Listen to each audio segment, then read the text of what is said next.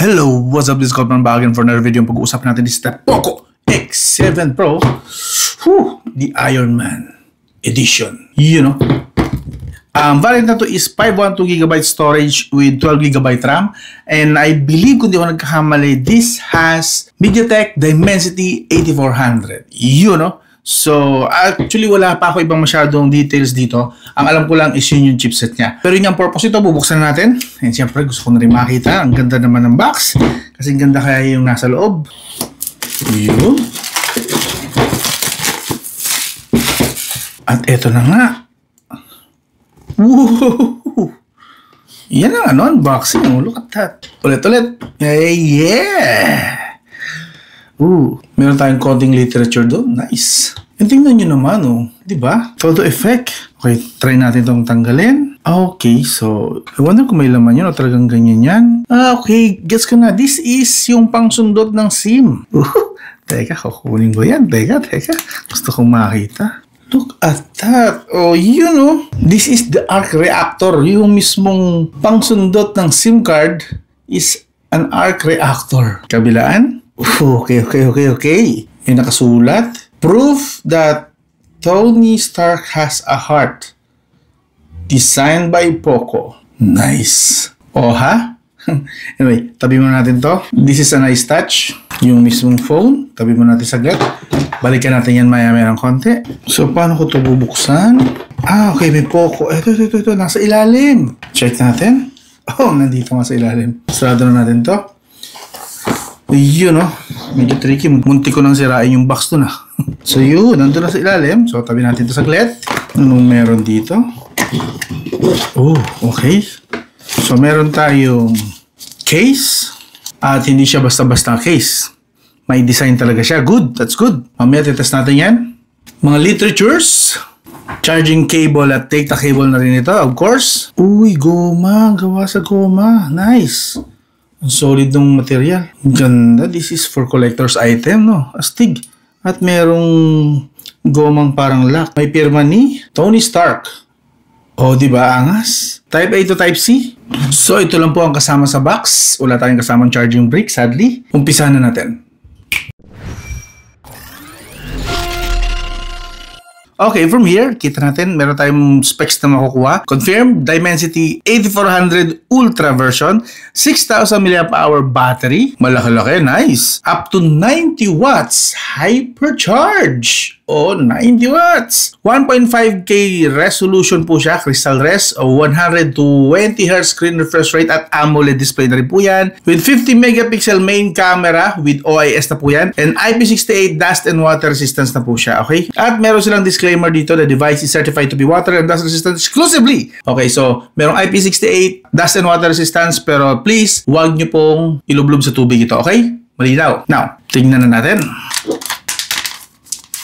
Again, like I said, hindi ko pa po alam ang full details ng smartphone na to. Kung ano lang ipinakita ko sa inyo dito sa kanyang cover is, yun lang din ang alam ko ngayon. At eto na nga siya ngayon.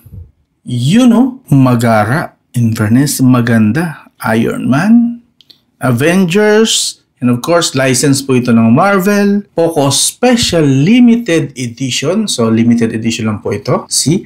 And we have dual camera here.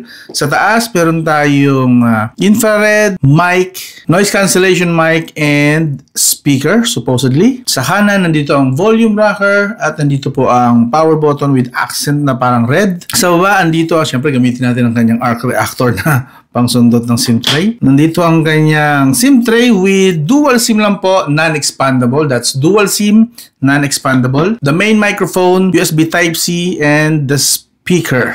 I wonder kung para sa patong isa. Parang iba kasi yung laki ng butas ng isang ito. Probably another microphone. So, dalawang microphone. That's curious. Okay. Sa kaliwa is wala pong nakalagay. In fairness, ang ganda ng kanyang finish. Metallic matte finish. And of course, sa harap, meron tayo dong punch hole sa display. Pero mamaya makikita natin yan. Yun lang po. So, just in case lang. Flat edge po siya. Hindi siya round. Which is okay, good. At least hindi rin matulis yung gilid. Which hindi siya siguro masakit in the long run kapag ginagamit. And buksan natin siya for the first time. Xiaomi HyperOS. Setup ko muna ito saglit ha. Okay, so now na-try na natin. Oh, by the way, okay ang kanyang fingerprint. Mabilis, responsive, solid. Whoop, yun, no? So, first of all, ito pa palang team niya. Yun, no? So, ako lang po naglagay niya na yung 120 Hz. Nire-ready ko lang for mamaya sa test natin sa gaming. Okay? So, as for the team, yes, very much Iron Man talaga siya. From icons. Ito man nakikita niyo yung iba, hindi naka-Iron Man team, either bloatware or ako yung nag-install. This one, bloatware. Ako nag-install bloatware, and so on and so forth. Pero the rest, Iron Man yung team. So, as you can see, yan po yung kanyang pinaka home screen. Wala pa akong binabago po dyan. Yan pa po basically ang kanyang home screen. And one more thing na napansin ko is itong Poco X7 Pro Iron Man Edition is already running on Android 15. You know? So, pakita ko sa inyo sa screen. Android 15 po siya, which is nice and all, pero yun nga lang, the problem is hindi pa compatible yung ginagamit natin pang game testing, yung Taco Stats, yung Shizuku, hindi pa po available. And I tried using the built-in developer options na FPS meter. Actually, tinanggal din nila ang FPS meter sa dito sa developer option ng mismong Xiaomi and Poco. So, let me show you para maniwala kayo, just in case lang baka hindi nyo pa, wala naman, may ganoon naman talaga sa papakita ko na lang sa inyo, okay? See, this is the power consumption under developer options. And pag in-start natin itong frame rate monitor, wala po, hindi na po kasama ang frame rates for some reason sa display na ito. Meron na lamang ay ang refresh rate, resolution, temperature, and the consume RAM. Okay, yung active na RAM. Wala na po yung frame rate, tinanggal nila. So, wala na po tayong way sa ngayon para monitor ng actual yung frame rate and performance ng CPU. So, I'll just do this. Wing it muna. So, tetest ko pa rin siya sa games, pero may ng konti, unahin mo natin yung camera. So, sa camera po, medyo natuwa ako ng konti at medyo confused. Natuwa kasi, ito lang natin ng konti. Sa video recording, this has 4K 60 FPS. Diba? Nice. I was expecting 4K at 30 FPS lang, but this one, 60 FPS. The problem is, dito sa front camera niya, hanggang 1080p at 30 FPS lang po. Kahit itap ko siya ng itap, 30 lang talaga siya. Unlike dito, 720p, 1080p, nagsiswitch siya. But sa 30 hanggang 30 FPS lang siya. So, front camera is 1080p, 30 FPS lang. I believe, kung di ako nagkakamali pagkaganyan, and base rin sa mga shots, mamaya, mapakita ko sa inyo ng konti, nasa 10 to 16 megapixel lang ito. Now, pakita ko na lang sa inyo din ang sample. You know, regarding sa quality naman ng rear camera, no worries. Again, this has 50 megapixel with OIS. So, as expected, maganda talaga ang mga shots niya. Actually, ang ganda ng details. You know, solid, diba? Testing pa lang yan. Yan, mga kuha natin. Of course, ito, medyo challenging dapat to and nakukuha naman niya na maayos. Look at the details. Kuha niya lahat. May separation lahat ng mga bulaklak. And the background plant, itong nasa likod, is talagang nagbe-blur. So, realistic or at least totoo po yung kanyang bokeh effect or yung blur effect. So, ganoon din sa ibang mga shots, medyo pinahirapan ng konti, maliliit yung mga details, pero nakuha niya lahat ng hiwa-hiwalay at hindi nag-compile except sa mga edge na kuha like this one, edge na kuha na ito, which is understandable naman, but yung pinaka-focus niya, which is the middle frame, okay na okay po. And selfie camera naman, pakita ko sa inyo, actually aggressive ng konti yung kanyang beautification. So, I turned it off. Puti naman, may turn off yung kanyang, pakita ko sa inyo siguro saglit. So, this is the photo. By default kasi naka-on itong beautification to, naka-ilaw yan. So make sure na naka-off yan. Off nyo po muna, original lang, para mabawasan yung beautification. Yun ay syempre kung hindi kayo mahilig gumamit ng beautification kagaya ko. But, siyempre, may mga babae, alam niyo na, mga babae dyan, gusto nila bino-beautify, natanggal yung mga imperfections sa skin nila. Well, good news kasi naka-on by default ang kanyang beautifications. Now, for the other shots, papakita ko na sa inyo mga samples. Ito yung naka-off na yung beautification, in-off ko na. So, mas natural lang konti. Pero kita natin, may konting effect pa rin for processing. And medyo, that solidifies na 16 megapixel nga malamang ang camera nito sa front and 5 megapixel perhaps yung ginagamit na default na resolution. Dahil hindi ganun kapino yung kuha ko. And dito halatang process yung balat ko. Although yes, hindi naman talaga makinis, but medyo slightly process. And sa buhok, ganun din. Pero overall, kung malayo naman ang shots, maganda naman po actually and very social media ready na. Ito, medyo low light na ng konti. Gumamit na tayo ng dim light dito. Ito yung hindi ko pa in-off na hindi ko napansin na naka-on pala by default ang beauty mode. So, napakakinis ko naman talaga rito. Oh, ng mukha tuloy. Parang hindi na tuloy ako yan. You need to turn it off kung ayaw nyo ng beautification. As you can see, talagang pinakinis niya ako rito. Hindi po ako ganyan kakinis. Sa totoong buhay ako ay maraming butlig-butlig at kulubot sa mukha. Okay? I'm old. Now, pakita ko naman sa inyo ang video recording yan. Now, this is the rear camera shot. So, dito naman medyo bumawi siya. I was expecting 4K at 30 FPS lang yung max niya. But turns out, this supports up to 4K at 60 FPS. Good job. So, and nakikita ko naman, maganda naman ang kuha niya. Realistic yung pagka-orange niya sa totoong kulay niya and sa current na kuha dito sa screen. Parang parehong-pareho naman. Kung meron mang differences, sobrang minor na lang. And kamusta kung pwede natin i-zoom in up to how many times? Hanggang 6 times maximum. And sa 6 times, medyo grainy na siya.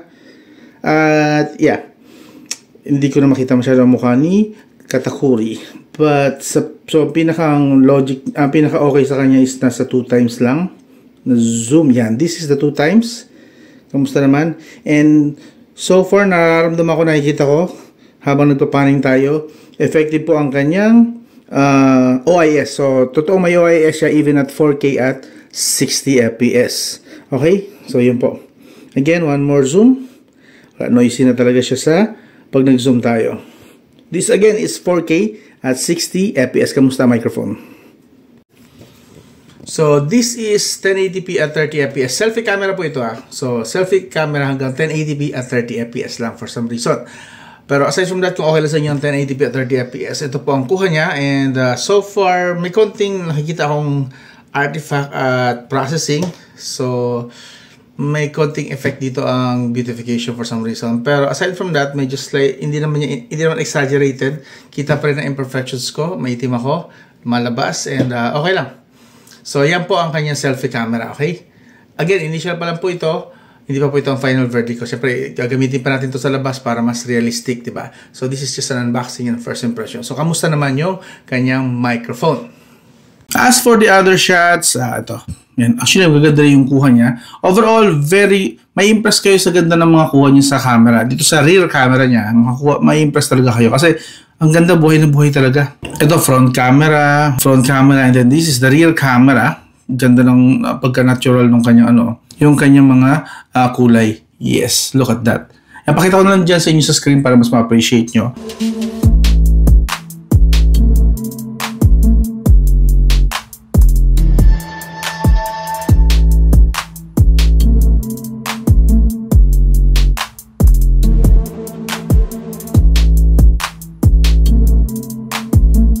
So in terms of camera, okay na okay siya. And actually yung video recording niya, ang ganda rin ng record ng microphone, no? Ang linaw. That's onboard mic po. Hindi ko po in-edit, as in raw po yung narinig nyo sa direct po yun galing sa smartphone mismo. So good job sa kay Poco rito. Now for the other features, pasok tayo saglit sa kanyang settings. So meron tayo rito, may mga nadagdag na konti. Ito interconnectivity. I believe pinupush na yata talaga ni Xiaomi yung mga smart home devices, mga ganon.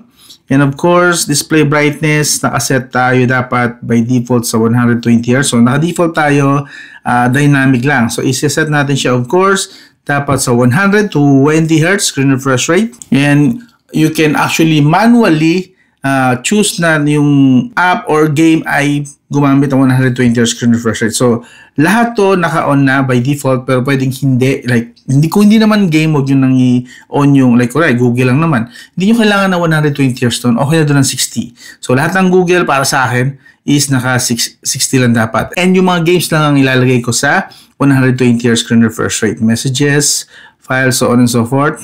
You know. So, again, kung hindi rin naman games, i-off ko na lang kasi sayang yung battery. Iset nyo na lang na yung games lang ang gagamit ng up to 120Hz screen refresh rate. Meron na rin tayong AI image engine, you know, super resolution. Wow! Enhanced videos, pwede. Pero malakas po ito sa battery ha. Increases power consumption. Take note kung gusto nyo i-on yan. Wouldn't recommend siguro for now. Gusto ko munang i-observe yan. And meron tayong MEMC rin. Pampasmoothin nga ng mga videos na masyadong low frame rates. And sa baba naman, ganoon pa rin naman basically. Halos ganoon pa rin naman lahat. Wala masyadong pinagbago. You know, heart rate, second memory, second space para sa mga nagdodoble ng account, memory extension. By default, naka-on ng 6GB. So, kung susumahin nyo ito is nasa 18GB dapat. Kasi 12GB po yung physical RAM niya. So, pero I would recommend off nyo lang ito. But still, it's there. Pwede nyo gamitin as an option para mas mag-improve yung inyong RAM. Now, lipat na tayo sa games. Again, expect nyo wala talaga itong Taco Stats kasi Android 15 is, as of now, as of January, hindi pa po supported ng Taco Stats at Shizuku ang Android 15. Wait natin ang developer na i-update nyo yung app, hopefully ASAP. For now, magiging basihan lang talaga natin is itong 120Hz at yung experience ko habang naglalaro. And habang naghihintay, pakita ko na rin pala sa inyo itong kanyang kasamang case sa box. Again, this is an Iron Man case, so ay, may mga nakasulat pala, no? May pirma doon ni Tony Stark. Okay din pala ang materials nito, oh. Dito is parang rubber. May konting lambot, bahagya eh. So, I believe this is more like rubber or synthetic lang na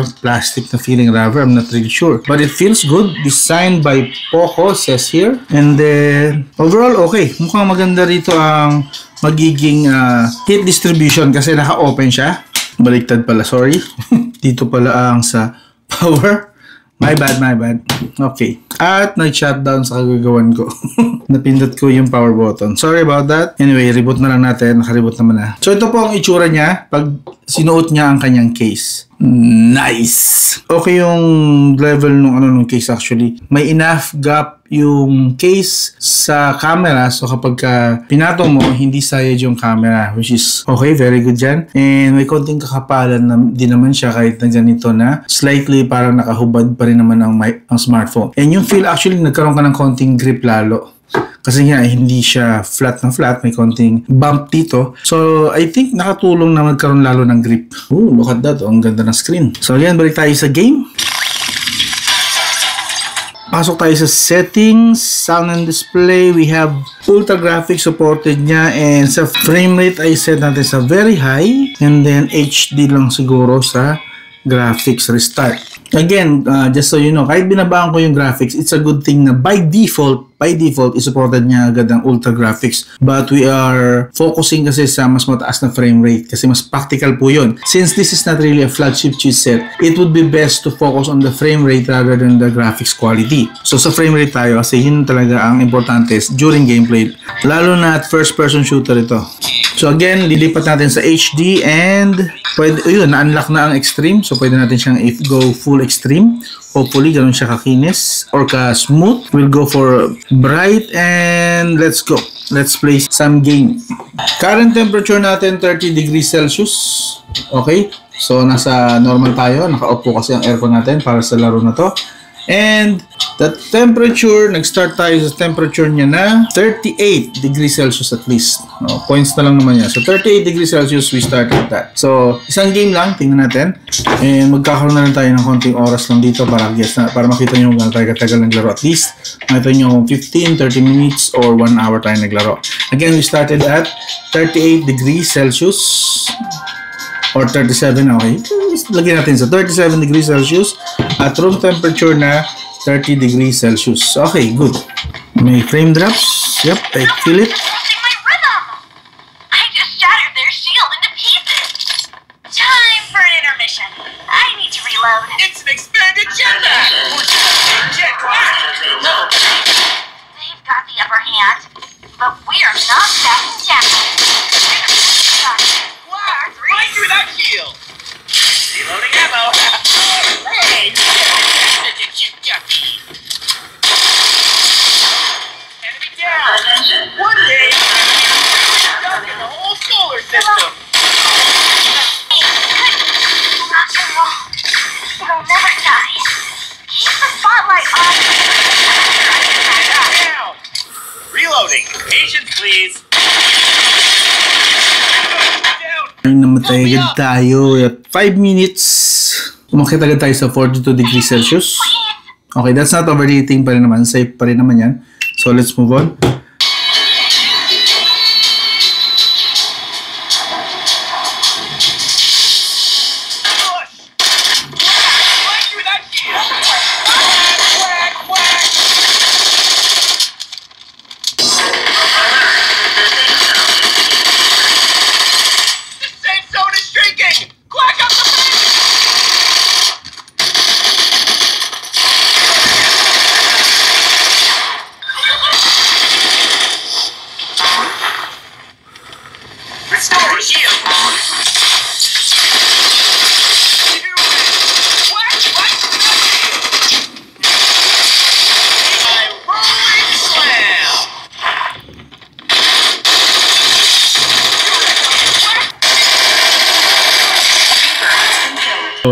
Naka 24 minutes tayo na laro. And we got 42 degrees Celsius. So, na-maintain nyo yung 42 degrees Celsius. Pero, the sad thing is may mga nakita ako mga frame drops. So, I'm guessing na bumababa siya ng 30 to 60. I'm not really sure. Again, this is just the performance out of the box pa lang naman. So, mga after a week pa siguro bago siya mas stretch, mas magiging palaban. But this one, right now, yun. Kaya naman niya, tingin ko ang high frame rates. But sadly, ang ano talaga, no, kulang talaga pag wala yung frame rate monitor natin o yung FPS monitor. So, tis-tis muna ngayon hanggat hindi pa inaayos ng developer yung taco stats. So, for now, yun naman sabi ko, I think okay naman. And given na okay din naman yung kanyang temperature, again, around 42 degrees Celsius. Yeah. Going sa 43, pero hindi, na-maintain niya eh. 42 degrees Celsius na nung 5 minutes eh. And then, na 20 minutes after ng 5 minutes na yun, 25, going 25 na tayo, stop natin to. Stay pa rin siya sa 42 degrees Celsius. So, ibig sabihin na may maintain niya. And again, we are at 30 degrees Celsius room temperature, ha? Okay? So, yun lang. Again, this is the first impression. Okay? First impression lang po ito. Hindi pa po itong final verdict natin. Pero for now, bibigyan ko siya ng first impression na rating. Sa camera kasi, okay na okay siya. I like it. Medyo bumagsak lang siya para sa akin sa front camera. But overall, yung rear camera niya, 4K at 60 FPS is very good. At may totoong OIS. Kita naman natin kahit hindi pa tayo lumalabas na smooth. At least ako, nakikita ko. I'm not sure kung nakita nyo. But nakita ko yung effect ng OIS niya during the 4K 60 recording na test natin. And then we have sa performance. Siguro bibigyan natin siya overall ng score na for now, this is 8.5 out of 10. Okay? As for the price niya, hindi ko pa po alam actually. Honest, hindi pa po. Kasi as of now, hindi pa siya officially na-announce ni Poco and wala pa pong nire-release na details about dito. So yes. So if ever man na malaman ko na yung price, kung alam nyo na una na kayong nalaman, please pasabi lang sa comment section para aware din yung ibang mga nanonood dito or mga curious. And if ever malaman ko na rin, lalagay ko sa comment section, ipipin ko or lalagay ko sa video description sa baba ng title. Okay? So yun. Ang ganda na muna. Again, 8.5 out of 10 muna. Bibigyan ko siya ng rate. That is not final. Wait nyo ang detalyadong review kung saan mas itetest natin siya sa actual use. Like lalabas tayo, magra-ride, tapos mag-games, and then yung battery, tingnan natin kung gaano kahaba yung endurance niya, kung makunat ba or mabilis malobat, so on and so forth. Again, sa detalyadong review po yun, ipapakita. Okay? So, ang ganda lang. This is Scotman. I'll talk to you again soon. Again, this is the Poco X7 Pro Iron Man Edition. Yeah! I'm out.